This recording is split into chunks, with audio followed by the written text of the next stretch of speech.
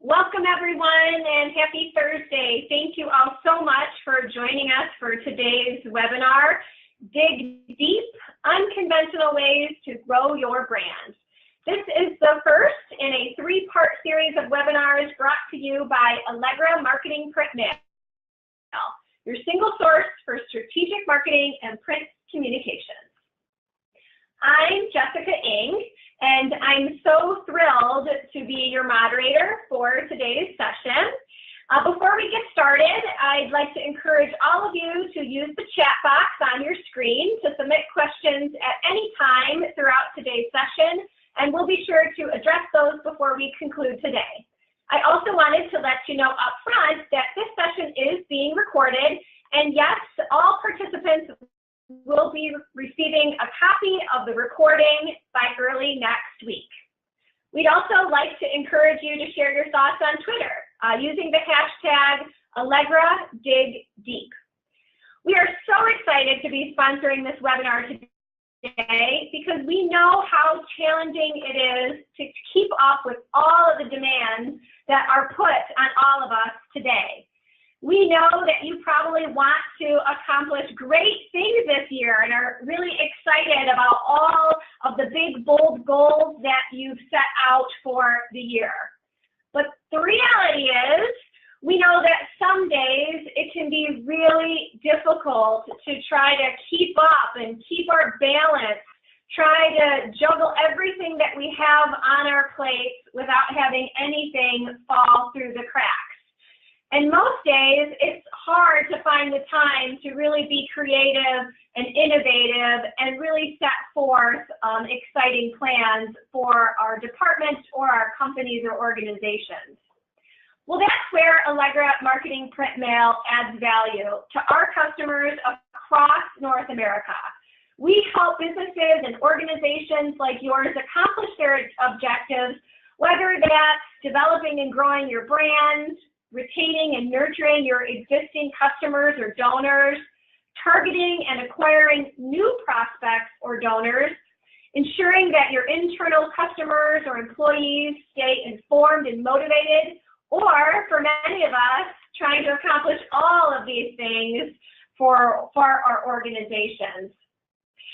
But we do all of that through a full suite of services, from marketing and design to printing and mailing services, signage, websites, promotional products, and more. But so much more important than what we do is why we do it. We're truly passionate about helping businesses in our communities across North America. It's actually why we're hosting this webinar today, because we love sharing ideas and we love being part of our customers' success. And so with that, it gives me great pleasure to introduce to you today's esteemed speaker. Carla Johnson is a world-renowned speaker, author, and storyteller. Her work with Fortune 500 brands served as the foundation for the latest of her 7 books called Experiences, the 7th Era of Marketing. It sets a powerful new way for marketing to create value for businesses. Carla was named one of the top 10 influencers in business-to-business marketing and one of the 50 top women in marketing. Carla regularly challenges conventional thinking, and she's here today to help all of us to really dig deep and think of new ways to grow our brands. So with that, I'd like to turn it over and welcome Carla Johnson. Thank you so much. I'm absolutely delighted to be here, Jessica, and thanks everybody for joining me. I love what Allegra is doing with helping people find these unconventional ways to grow your brand, because it is such a huge opportunity that I think most businesses don't think about and they overlook. We create brands and then we just sit them on a shelf, and when we go back to look at them, it's maybe we revisit a logo or a tagline or something like that. But what we see in branding is that there are these iconic brands, brands like Lego. And if we look at Lego, it's really an interesting kind of company because what they sell are these little tiny pieces of plastic, right? But when you look at how they brand themselves and how they express it, they're really unconventional in what they do. I mean, they publish a magazine every other month, and kids go crazy over this, and they run to their mailbox and they can't wait to see it and build things and read the stories. I mean, they've even created a YouTube channel that has millions of subscribers. They have an online TV series. And then, I mean, unbelievable that a brand that sells toys would do this, but they created a Hollywood feature film movie that grossed hundreds of millions of dollars. So you look at that as a consumer brand that's very kid, family oriented. But then you look at a B2B brand like Volvo, and they hired this A-list actor, Jean-Claude Van Damme, the muscles from Brussels, who's known for doing these phenomenal splits in his movies. And they hired drivers, and they had Claude Van Damme do this very slow backward, the trucks were driving backwards, and Claude does these splits between them, and people just went crazy over it. And the interesting thing was that as a brand, they didn't put a lot of promotion behind it. It's just something that they did that was really unconventional, that took off like crazy. And then, you know, last August, we had the eclipse. And this was something that Moon Pie really took huge advantage of. And they had these total eclipse survival kits, and the sales of Moon Pies went crazy. And when we look at brands like that, we look at them and we say, you know what, I could never do that. But we have to stop discounting these great kind of work that brands like this do. And instead, we have to start to use it for inspiration. Now, I realize that when we look at these brands like Volvo, like Lego, like Moon Pies, and then there's a lot of other brands that we hear about every single day in the marketplace. You know, there's Amazon and how phenomenal they are with taking over so many channels. There's GE with what they're doing with energy. There's Disney with the Disney experience, and Intel and Marriott with their movie studio.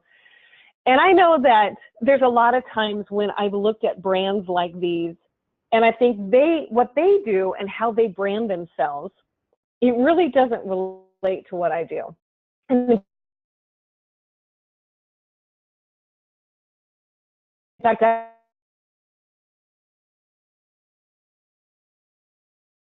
was at a conference one year, branding that they had there in the audience, I started to mentally check out, because I do work with a lot of industrial kind of companies, hardcore engineers. And at the time I was doing work with a company that mined boron. And I thought, well, what Zappos is doing doesn't have anything to do with what my client is doing with mining boron.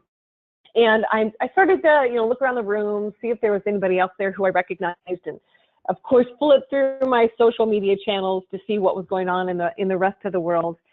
And then a couple of days later, I thought about this, because I realized it wasn't just something that happened when I heard about Zappos. It is something that happens to me when I hear about Amazon and Southwest and Marriott and Disney, great brands like that, is that I think that what they do doesn't apply to me. And it turns out that this is actually a psychological phenomenon, and it's something that it's called brand detachment disorder. And you can, this is a thing. And brand detachment disorder is this tendency that we have to dismiss the application of great ideas, because we think that what our brand or what our product is all about is different or unique. And what happens is that we're not able to see these great ideas behind what we create and learn from them. But in order to fix this, because this brand detachment disorder is something that we all suffer from. And to fix it, what we need to do is something called a brand transplant. And a brand transplant is when you take the essence of another great brand or what's behind it, and then you look at how you can take that and then transplant that into your own situation. So, you know, how is it that you look at that essence and make it work in the environment of your company, in the culture, in all of these requirements for your brand's ecosystem? Now, here's an example of a company that does this really, really well. This man's name is Josh Reeves, and Josh is the CEO of Zen Payroll. And Zen Payroll is a software platform for HR professionals that helps them with payroll. And every day when Josh went to work, he thought about how he really could make the lives of his customers, these HR professionals, a lot better. You know, how do you make payroll easier? Because that's one of the biggest pains for HR people. If people don't get paid, your HR people know about it immediately. And then he happened to be sitting on the couch one Saturday, and the movie Office Space came on TV.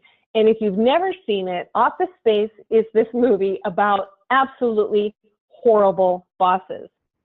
And Josh thought about that movie, and he said, you know, it isn't always that people intend to treat employees poorly. Sometimes it's just the result of the processes, the systems that they have in place.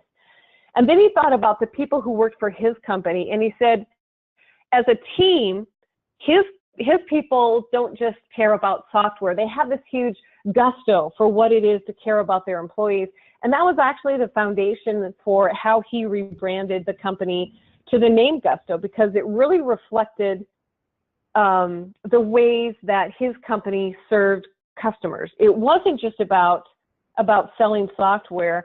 It was really about a much bigger story. And he was able to articulate his mission about the difference that he makes in the life of his customers, these HR professionals, and to talk about creating a world where work really empowers life, and that Gusto is able to take these really complicated business processes and systems and make them simple and personal. And when you do that, you really kind of reimagine what this role is that HR has in modern companies. So it wasn't something that all they did was just, hey, we're putting together a new logo, we're seeing this great thing and putting it on our website. They actually began to express their brand in these ways that were really unconventional in the software industry. So if you can go to YouTube and you can watch these great commercials about Zoe, the HR professional who wears all kinds of hats. You know, it's Zoe, it's the HR professional who does everything. And Gusto looked at how they could serve these clients in different ways, and they created a content library. And it has things in there like how to create employee handbooks. How is it that you can give employees equity in the company if you're starting to go through an IPO? How do you design a benefits program? So they really became this huge resource and reference and trusted advisor really for these HR professionals. And it went much more beyond just selling software, but what they saw is that they had tremendous financial response because of this. And in the last half of 2017, the business grew by 3 times, and they're now up to 40,000 customers around the country. But some really interesting things about how Gusto has branded itself is that they have a 98% conversion rate from people who do a trial run of their software into customers. And that's almost unheard of if there's anybody who works in the software industry. And then they have a 99% customer satisfaction rate. These are things that companies dream of having as a brand and having as a reputation of a brand. Now, the reason that Josh was able to watch a movie on Saturday afternoon on his couch and rebrand Gusto and turn it into a company that really is unconventional in how it approaches branding is because Josh understood that you can find inspiration everywhere, and that the biggest factor in branding is that what they do, that they can stand out and that they can use the whole world as their inspiration, not just other companies within their industry. So if Josh had just looked at what other competitors were doing, like an ADP, his ideas for what the brand could have been would have been much, much smaller. So I know that's a lot to take in as we get started. And I just wanted to ask, does anybody have any questions yet? Yeah, Carla, we do have a few. So this concept of kind of a brand transplant, it's certainly an interesting one. And so the question is, you know, how does that actually happen, or how does one go about actually doing that for their own brand? You know, it's the really powerful part about being able to take an idea from another brand is to look at, like, what's the root underneath it? So, you know, after the ALS Ice Bucket Challenge, so many people are saying, yeah, I want something huge and viral like that. And it wasn't that you could copy and paste what ALS did into your own brand, but as a transplant, look at what's underneath what made it so successful. One, it was fun, and two, it was something that was really, really easy for people to participate in and get other people to share as well, because as you did your own Ice Bucket Challenge, then you nominated something else. So if you look at that, then what you can do as a brand transplant is start to look at ideas from your own brand as, how do I create things that are either fun or things that are really easy to share that people want to share.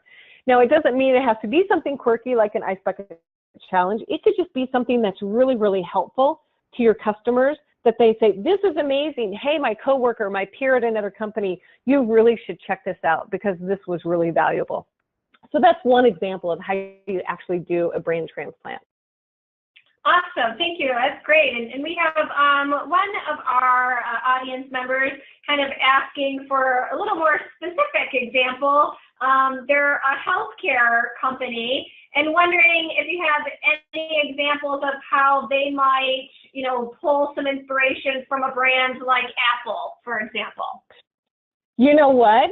My second example is with a healthcare example. So we'll get to that. And then if you still have that question at the end, make sure to ask it and we'll dig into it a little deeper. Wonderful. Well, those are all the questions that we have. So let's proceed. Excellent. Okay. So what we're going to get into now are the 4 steps that you can use to actually start creating your distinctive brand, because it's great to talk about what other brands are doing and some theory, but we really have to get down into the nuts and bolts and talk about it. So ready, the big reveal. Step number 1 is look at how you can compete on a broader scale. And for this example, I'm going to talk about a company, Mentorina, and what is a bigger story that you can tell. So Josh understood this, and here's how Mentorina actually did it. So this is Mohammed Hayil Saeed, and he was the marketing director for Mentorina. And he called me about 2 years ago, and he said, he told me his background story. He said he was a student at the University of Montreal, and he noticed that there were some students who did great. It didn't matter what the class was, the coursework, or the instructor. They just always seemed to be successful. But then on this other hand, there were these students who it didn't matter what the coursework was, the class, the curriculum, they really struggled. And he was talking to one of his professors after class one day, and they narrowed it down. They said, well, what if it's not the education system itself? What if it's the process of learning? And that's when they created the company Mentorina, which is a learning management software system. And they were able to help students understand, when it takes you this long to go through this 5 pages of curriculum at this speed, it means that you're having trouble understanding some of the concepts. Or if you're going through it too fast, you're really not getting deep into what the material is all about. And so as I worked with Mohammed and his company, I said to Mohammed, like, when you come to work every day, what is a brand that really inspires you? And he said, well, it's Disney, because Disney isn't just about stuffed animals or princesses or theme parks. It's about how to create a happy place that people just really love. And that was the distinctive brand that inspired him. So when he thought about that for his own brand and how to take that idea of a great seamless experience that speaks to a bigger message, what we looked at talking about is, instead of the bits and bytes and details of a software platform, we talked about these brighter futures and better education. And when they did this, what they saw is that they had a tremendous amount of traction with their key audience, who is school principals, administrators, heads of school boards, people who are in the decision-making area of an education system. So then as they talked about transforming learning, not just education, but looking at the whole educational ecosystem, and helping people understand that education really is that foundation when you're young that creates lifelong scholars. And that's what turns people's lives around. When people grow up in an environment that's really challenging, they know that education is that pathway to a better life. And they see that what they were able to deliver is that they could make a tremendous difference in the lives of students and the success of teachers. And they saw opportunities to begin to expand this, because it wasn't just about, I believe our software can help you do this. It spoke to a bigger need, and actually a better emotion. And when they launched the brand and they released it at a big education conference in the Middle East, people were thronging at, just descending onto their booth to find out what it was they were doing, because it resonated so well with them. And we heard from so many people, essentially they were saying, where have you been all of my life? Because their competitors were talking about software platforms. But what Mohammed and his team were talking about was how to create a better life with education. And for the people who go into education, this is critically important for them. So what I want you to take away from this lesson number one is that I want you to be able to look at any brand that a customer or an employee may love. So for Josh, it was this movie and what it inspired in him. For Mohammed, it was Disney and creating this bigger experience that was seamless across the brand. And then look into it, like, what are the elements that people love about it?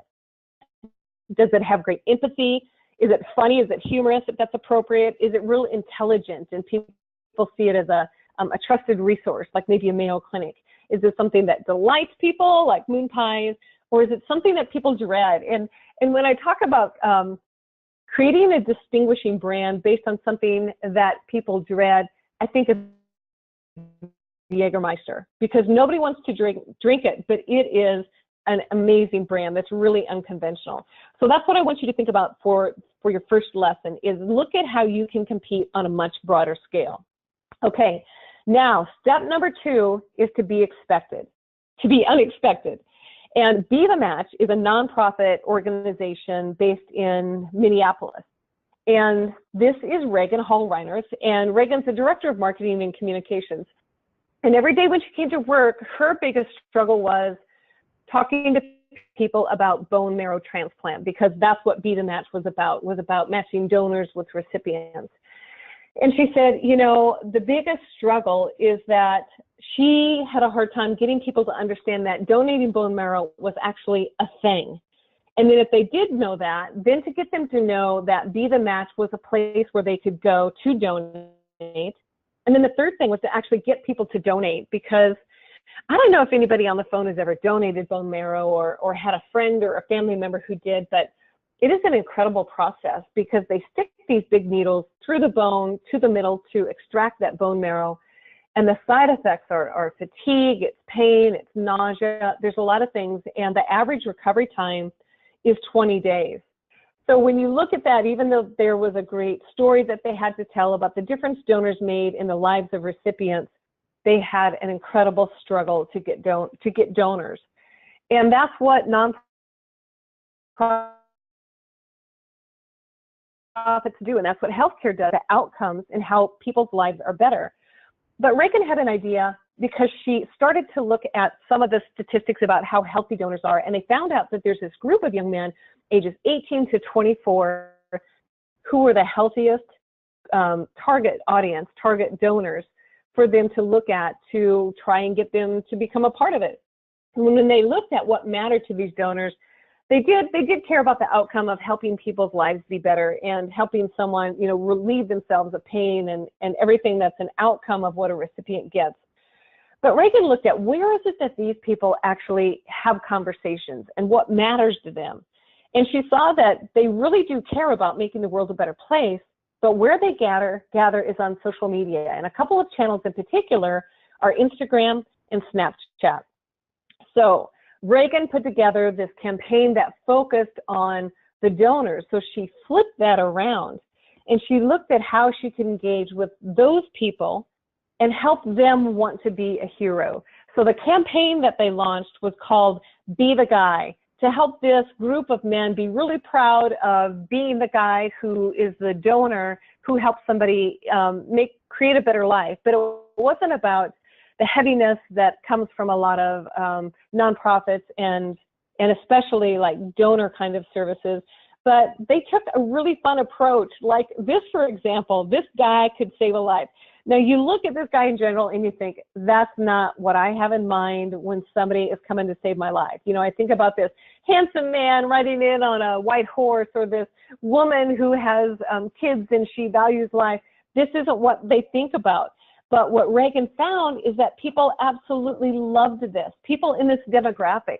And she ran these short 10-second ads in Instagram and in Snapchat that would show things that men of this age would do that is really goofy. So this is a short little 10-second video that shows a guy dressed up like a hot dog, and he's doing this funny little tap dance outside of a baseball stadium. And their response was incredible. They had over a 280% increase in donations from this target audience, an audience that previously didn't know them very well at all. And they had almost 18,000 new donors, 212 total media impressions, and 970% increase in total direct traffic to the site. So her goals of getting people to know what bone marrow donation was, and to get people to know who Be the Match was, and to increase those donors, they just hit it out of the ballpark. And this worked for them because they understood that second lesson of creating these distinguishing brands. And that's that she was able to look at what patterns do people expect from a brand or from a brand within an industry, and what is it that you could break. So that's what she did, is that nonprofits, and particularly healthcare and donor services, focus on the outcome of the person receiving the donation. But she was able to break that expectation and focus on the people who are donors and show up in a way that was really fun and different. So when I talk about this, I like to talk about it, be your own George Costanza, because on the TV sitcom Seinfeld, George Costanza was a guy who always kind of like went through life and things didn't really ever go the way he wanted. But in one episode, he decided that he was going to do everything opposite of what he usually did. And so he said, okay, if I decide I'm normally going to eat at this restaurant, I'm going to do the complete opposite. And he saw his life turn around, and he got a promotion, and he got a great girlfriend, and he made more money. So in a funny kind of way, just think about how you can be your own George Costanza and do things that tend to be different from what people normally expect, either from you or from your brand. So that's lesson number 2, is to look at how you can be unexpected. All right, lesson number 3 is about creating recipes. And I'm sure when you guys think of recipes, the first thing you all think about is beer. So this is about Molson Coors. And this is Jill Hollingsworth. And Jill is the Director of Employee and Executive Communication at Molson Coors. But when she joined the company, it was a time of transition for it, because Coors had been a standalone company for a long time, and they bought Canadian brewer Molson. So they were bringing together two very different and very distinct cultures, and they were blending people who had been employees and were very proud of the cultures that they had. And what they looked at is, what is it that we can do that helps people understand how to talk about our combined brand? So what Jill did is she created an actual recipe book. It's called Our Brew. And it's a reference guide for employees to use to understand how to talk about the company. You know, the history, things that they can be proud of, how they explain what the company does, how the company came together. And a big part of it is how they talk about the brand, and how they talk about a brand in a way that's really true and authentic for a beer brewer. Because if you think about people who like to get together with friends at a barbecue, or maybe meet for a beer in a bar, they don't use words like optimize and synthesize and mission critical. They use words that you would talk to your best friends about. And so Jill wanted to create that same kind of feel with the new Molson Coors brand. And they have this process called pub talk, and they describe it in the Our Brew manual. And when communication goes out to employees, they actually have it reviewed by a group that understands what that pub talk tone and voice sounds like. And then they stamp it. This is pub talk approved. It's free from jargon. So they're able to create a brand that really shows up in a way that's true and authentic to the products that they sell. Now, what they really did that helped them really live this as a distinguishing brand is that they created a place on the company intranet where employees can go and they can actually share things through different social media channels. So these are examples of all of the different things that they can share. Now, Once employees see this, they see, okay, this is up here. So I know if it's here, I'm free and clear to share it. I'm not going to get in trouble. Nobody's going to come ding me and say, hey, you know what, that wasn't really how you should say that on social media. So Jill and her team have made it really easy for people to tell the story. And if you look here at this middle one on the top, they have it where employees can schedule a social media post. If somebody wants to change some of the words a little bit so it sounds more like them, they're able to edit it. But all you have to do is you click here, you can share it to Twitter. You click here, you can share it to Facebook. And here you can share it to LinkedIn. So they created a really wonderful opportunity for sharing these recipes with employees, and then they felt comfortable to share it with the rest of the world. Now, another thing that they did is that they rewarded employees by giving them an allowance. This was in Denver that they did this. They gave them an allowance, a monthly allowance, so that if they went into a bar or were in a liquor store and saw somebody drinking Bud, these employees could go up to them and say, hey, have you ever tried, you know, a Coors Banquet, or would you like to try a Coors Light? And if so, you know, let me buy it for you. So they have this $35 a month budget to help be the ambassador for the brand and a product. And then they would come back to the office and then they would share that experience like this one. And they would post them on Yammer and people would tell a little story and they'd post some pictures. And the employees really started to feel like heroes. And here's a woman who had, was expecting a baby, and she had a baby shower, and her friends threw it for her. And she said, you know what, just because I can't drink beer doesn't mean that everyone else has to suffer. And so this was a really unconventional party favor that they gave at the baby shower. And they saw employees start to spark up and take part in this in a way that they had never seen people be excited to represent the brand. And interestingly enough, one of the biggest groups who loved this was the accounting team, because if you think about accountants, they're the people who sit in a cube and everybody else is either wanting them to approve money or they have to tell people, no, you can't have the money. So they don't always feel like the heroes in the group. So this was a great, great lesson. And it's something that everybody can do, is that you can create recipes, because employees are the greatest amplification of your brand. And if you give them an engaging story to tell, that's what sparks everything for them. And then you need to teach them how to actually tell it. You know, document it so they understand what's okay and what's not okay, because if they're afraid to do something, then they won't do anything. And then empower them to tell it. Give them opportunities where they can tell your brand story on behalf of you. So that's lesson number 3. Now, our last one, step number 4, is I want you to think about building an audience. Think audiences, not just customers. And Cleveland Clinic is a phenomenal example of this. And it's a healthcare system that's based in Cleveland, Ohio. And Amanda Todorovich, she's the director of content marketing there. And when she started to work there, she looked at what the mission of the organization was. And it's to provide better care for the sick, help people investigate and dig in and understand their problems, and then educate people so that they can make better and healthier decisions. So she took that to heart, and she started to put together information on one of the Cleveland Clinic websites. It's a blog called Health Essentials. And what Health Essentials does is that it provides information that's relevant to anybody who has a health question. So here you see top 14 sources, top 4 protein sources that might surprise you, how your diabetes can mask heart disease or heart attack. There's things in there about recipes for ice cream if you're dairy intolerant, lactose intolerant.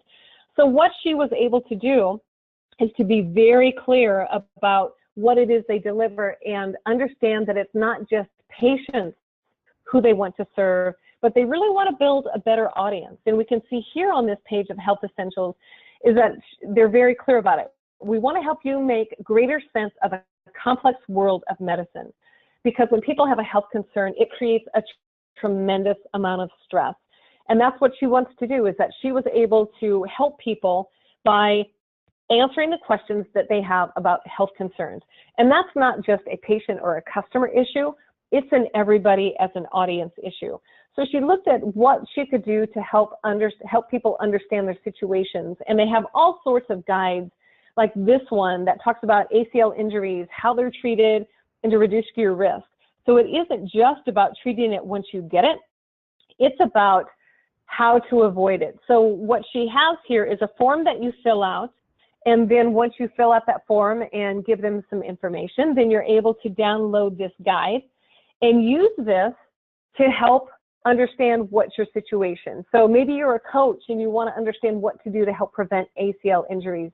It's a tremendous resource. Now, what she's also able to do is to look at what is the information that people are downloading, and are they starting to see trends in either injuries that are happening or things that they could look at for disease prevention.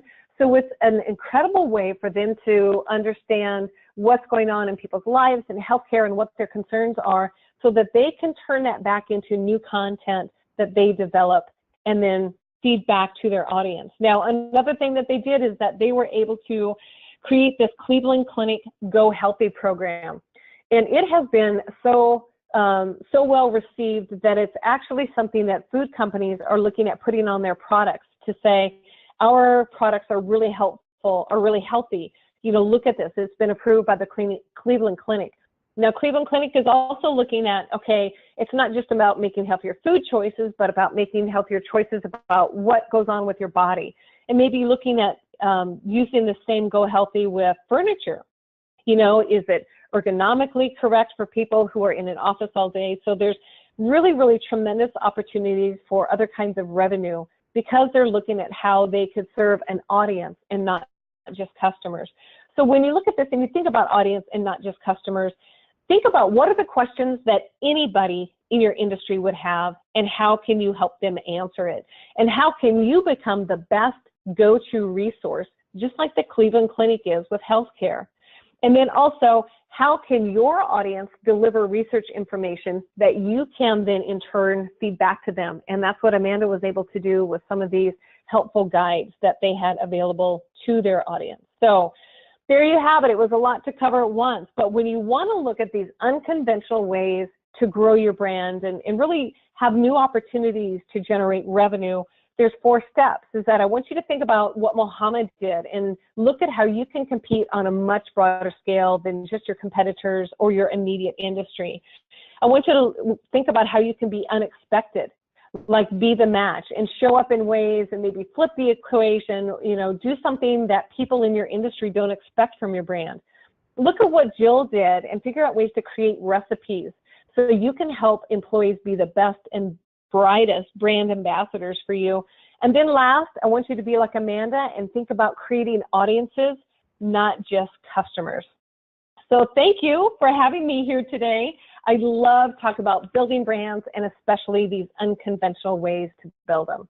So if you have any questions, please feel free to reach out to me and I'd be happy to talk about anything in more detail if you'd like. Well, thank you so much, Carla. We do have several questions that have come in. And one of them is around sort of the timing of all of this. So we talked about these 4 steps. Is there any type of time frame associated, you know, with these steps and putting these ideas into action? I think the biggest thing to keep in mind with the time frame is you can use as much or as little as your time frame allows. So don't let something like showing up unexpectedly and thinking that you have to go through the process of creating these little videos and it might take 6 months. Don't let that keep you from doing it, because showing up unexpectedly may be something just as simple is what is it that your employees say when you answer the phone? You know, are you saying something different? Are you getting people to jog, you know, out of their fog that they're usually in when they call a company and somebody says, hello, this is, you know, XYZ company, how may I help you? You know, what's something that you can deliver in that moment that's really unexpected that makes them pay attention and gets them to talk about it to other people? You know, so it's, you can do some of these things this afternoon. And there's other things that you might want to take time and invest in that might take 6 months. So I think time frame depends on how big of each of these steps you want to undertake. Perfect.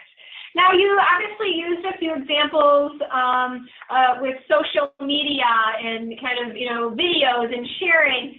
Could you maybe speak a little bit about kind of what metrics really matter when you're using social media and how people can start thinking about whether or not their efforts are successful?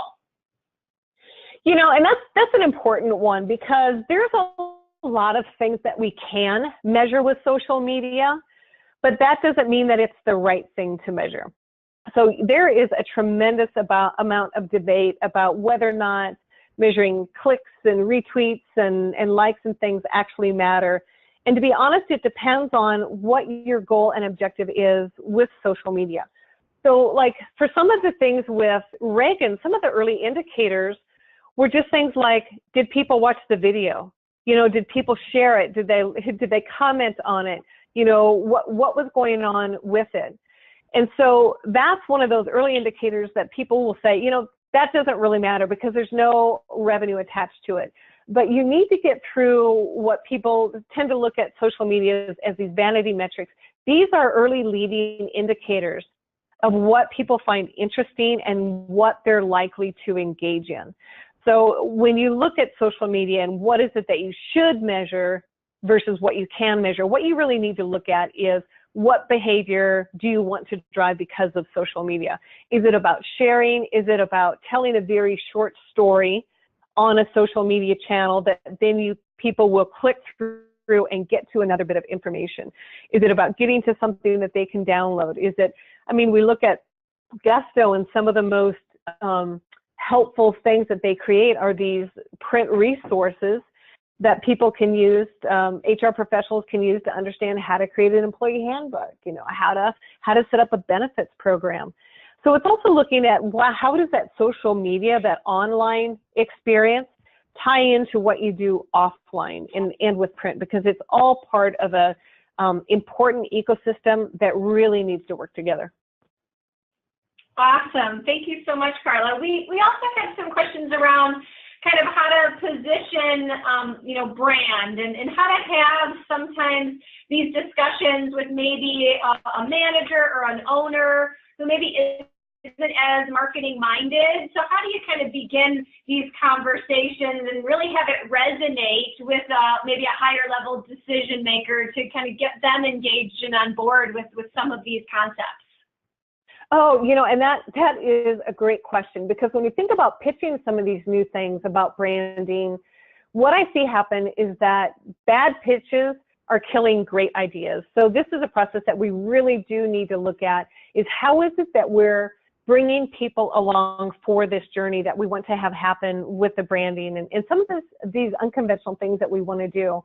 And I found that the most successful people, what they look at is how can they bring people along on an idea journey. So if you look at somebody like Josh, he was able to start with that idea of what happened when he watched that movie on a Saturday afternoon on his couch. And then he would talk about, from there, I realized it's not about the fact that people want to treat you bad. It's just that sometimes that's what happens. And then he told people, then you look at our company and that's not what we're all about. And so he was able to bring people along on an idea journey. And that's what we need to do when we pitch these ideas, is that we have to give people context for them. So to start out and talk about, here's the problem I was wanting to solve, and here's the inspiration that I had from it, whether it was something that you saw at a coffee shop or maybe a bank or, Disney, and say, here's a brand that I love, and I look at, these are the elements about it that make me understand why they're so successful. So that's where we start to begin that brand transplant, is that we have to take that underlying message beneath what makes an apple so successful and then relate that into our own brand. So the question about healthcare and what we do, there's so much about the Apple brand that's about simplicity. Now we look at how do we transplant that into our own brand and start to bring ideas forward about making the experience more simple. Is there information that you can provide before a patient comes to the hospital that will let them know what to expect and where to go, and maybe a map to park and things like that? So that's when we start to see these ways that brands grow themselves in ways that people don't expect. Love it. Thank you so much, Carla. Just kind of, I guess, one more wrap-up question. You know, are there any places where, you know, any of our audience members can go to sort of like learn more about innovative companies, you know, trying to identify other case studies like this? I mean, I think you know, all the comments have been that this has been so great and helpful, and I think people are looking for more and they're hungry for more examples. Any places that you can direct us to get some of that information? You know, I curate a lot of it on my blog, and I publish a blog twice a week, and I cover some companies on there who are doing a lot of this. There's some videos on my YouTube channel, but I think the interesting thing is that this is something that people don't realize matters, and they don't realize that this is the way that you build an unconventional brand. And I know you're going to talk about some future webinars before we wrap up, but that's a big part of what we'll talk about in planning for next year as well. Awesome. And so, you know, one last comment, Carla, that you can maybe make before we do wrap up is sort of the cross-generational challenge that exists today, you know, trying to attract millennials as well as maybe baby boomers. You know, any final thoughts on how we can all, as marketers, be successful in communicating to these different generations? You know, it's a good question, because I think it's something that it doesn't matter what industry you're in, it doesn't matter what size your company is, it's something that people ask about, because it's that I don't want to try and attract this audience if it means I'm going to lose one that I already have and I'm well established in. But I know if I don't look broader, that it's going to affect my revenue at some point. And what research is showing is that there is a common denominator across every geography, across every generation, across every dynamic or demographic that you could look at for a customer or an audience member. And that's what is the experience that you deliver. And to such a degree that it's not just about, you know, oh, this would be nice, and there's a difference between customer service and customer experience. And customer service is, you know, how pleasant are you when they come into your company? How friendly are you when you answer your phone, and things like that. I think of that as customer service. But customer experience and these ideas of creating experiences for people, this is that common unifier across every age, gender, ethnic group, geography, because we're seeing that people care so much about the experience that they have with a brand that they place more value on it. They place so much value on it that it takes precedence over the product and the service that a company sells. Because people know there's probably another company out there someplace who can sell me what this company does. But if you can really deliver that unconventional, unexpected, amazing, delightful experience to them, that's the thing that will attract your audience, and it doesn't matter who they are or where they're from. Thank you, Carla. Really appreciate all of your great insights and knowledge that you shared with us today. I think everyone on our webinar today can relate to this picture, in that we all want to be the superhero, but in reality, every superhero also needs a sidekick. So Allegra Marketing Print Mail can be that sidekick that you need. And as a loyal partner, we want to continue to provide great support and ideas. And as Carla mentioned, we do have additional webinars coming up this year. So mark your calendars for Thursday, June 7th and Thursday, October 25th at noon Eastern Time, where Carla Johnson will join us yet again to share all of her insights and expertise on customer retention and advocacy, as well as new business growth and innovative planning. As, believe it or not, we start thinking about 2019 at the end of this year. Again, if you're not already working with Allegra and you want to find that trusted sidekick or partner, You can find your nearest marketing and print solutions partner by visiting our website, which is allegramarketingprint.com. Again, I thank everyone for joining us today. We hope that these ideas will inspire you to dig deep, go back today and next week and come up with new innovative ideas to help grow your business. Special thanks again to Carla for her insights today, and I hope everyone has an amazing day. Thank you so much.